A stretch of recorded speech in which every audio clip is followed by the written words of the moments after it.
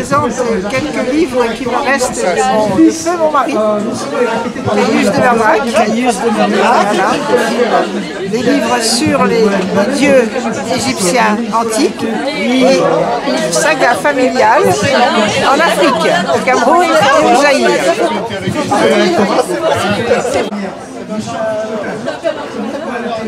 On est là, on est fidèle au poste, et surtout cette année avec le merveilleux livre fait avec un photographe, Elisabeth Polera. C'est ça. Le nom est Madame Safaria. Elle est tchéque. Et puis voilà, et puis on est accueillis par notre éditeur chéri. Et puis c'est sympa comme tout. Donc le livre dont parle Marie-Agnès, c'est celui-ci. C'est un livre de photographie. Et Marie-Agnès a écrit des poèmes sur les photographies. Voilà. Donc des photographies en noir et blanc, issues d'une période.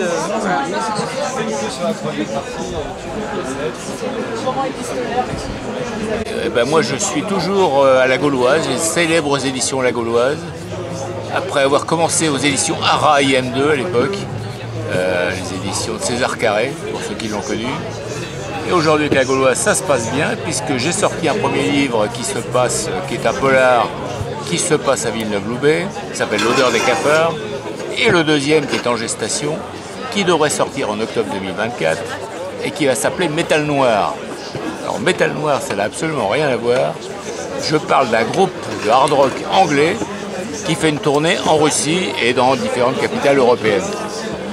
C'est un projet un peu ambitieux, mais qui est lié au fait que quand j'étais jeune, j'avais moi-même monté un groupe de hard rock et ça m'a rappelé ma jeunesse et un petit peu toutes les tribulations que peuvent vivre des gens qui en font leur métier. Moi, ça n'a pas été mon cas parce que j'ai un peu abandonné la guitare après, mais voilà. Et puis le hard rock, ça rend sourd à la longue, donc il faut quand même se méfier. Mais ça m'a permis aussi de parler, puisque je situe l'action, elle commence à Saint-Pétersbourg, ça m'a permis de parler un peu de l'attitude de Poutine avant le Covid. Enfin, même pendant le Covid, parce qu'il est venu très tard aux mesures de confinement. Il niait le Covid, il considérait que c'était juste une grippe, que ça n'existait pas. Quand il a vu les morts qui s'alignaient dans les morgues, il a commencé à changer un petit peu d'avis. Voilà. Donc c'est vrai que ça me tenait à cœur ce bouquin Métal Noir. Bonjour, je suis Véronique Péchonnet, je suis auteure de romances. J'ai 2 livres à vous proposer. Voilà ma vie rêvée, qui a une base autobiographique mais qui après part en fiction. Et Revivre, qui est un livre roman fleuve qui raconte une vie d'une personne. J'ai également Les aventures de Monsieur Bonpoil, qui est un roman jeunesse, un petit chat qui parle et qui plaît beaucoup aux enfants. Je vais vous parler de la revue Vence durant le XXe siècle, qui a été fondée en 1999, donc ça fait un bout de temps qu'on paraît, et essentiellement des articles sur Vence et sa région, mais avec le temps je me suis occupé des endroits proches, mais qui n'étaient plus nécessairement la région, quoi. Donc voilà, c'est une revue qui marche très bien. Malheureusement, il y a quand même des lecteurs qui nous ont quittés avec le temps, hein. Mais dans l'ensemble, je suis satisfait d'avoir fait cette revue. Ça m'a fait connaître beaucoup de choses et ça m'a instruit sur la vie dont je suis originaire d'ailleurs, mais néanmoins ça m'a quand même apporté beaucoup. Écoutez, c'est un livre qui regroupe en fait tout un tas de récits qui sont écrits de manière poétique et qui déclinent un thème qui est le thème du départ. Donc c'est l'exil dans le sens très large du terme, bien sûr le départ d'un pays, mais aussi le départ d'un enfant de la maison, le fait d'être exilé de sa jeunesse. Et en fait, ce sont des textes qui peuvent se lire de manière unitaire, mais avec des histoires qui vont se recouper, qui vont s'entremêler pour couvrir l'ensemble de ces thèmes qu'est l'exil, et qui fait que peu importe son vécu, peu importe d'où on vient, finalement l'exil est peut-être le fil conducteur entre tous les êtres humains. Voilà de quoi parle ce livre. Vous parlez des éditions Ichnos, qui sont une petite édition régionale, qui a édité donc, le livre de Robin Bell, Parrain du Printemps des Poètes, et que que j'ai eu le plaisir de traduire.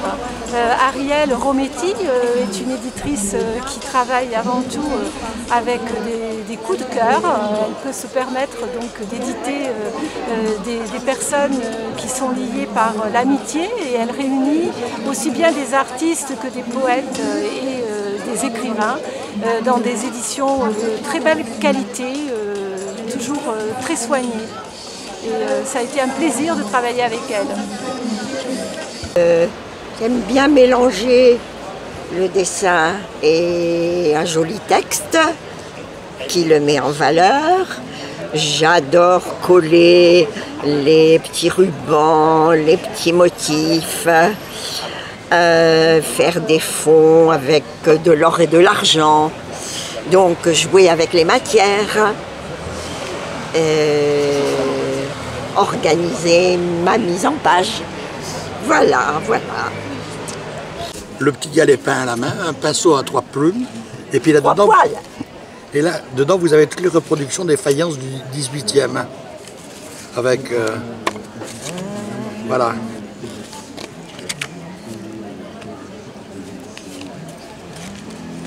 Il y en a un dans un sens, l'autre dans l'autre. Non, en face. Eh ben oui. Bonjour, je suis Pascal Marmet, je suis venu au Salon du Livre de Vence aujourd'hui pour présenter mon nouveau livre Scènes criminelles qui est publié chez M+ Éditions.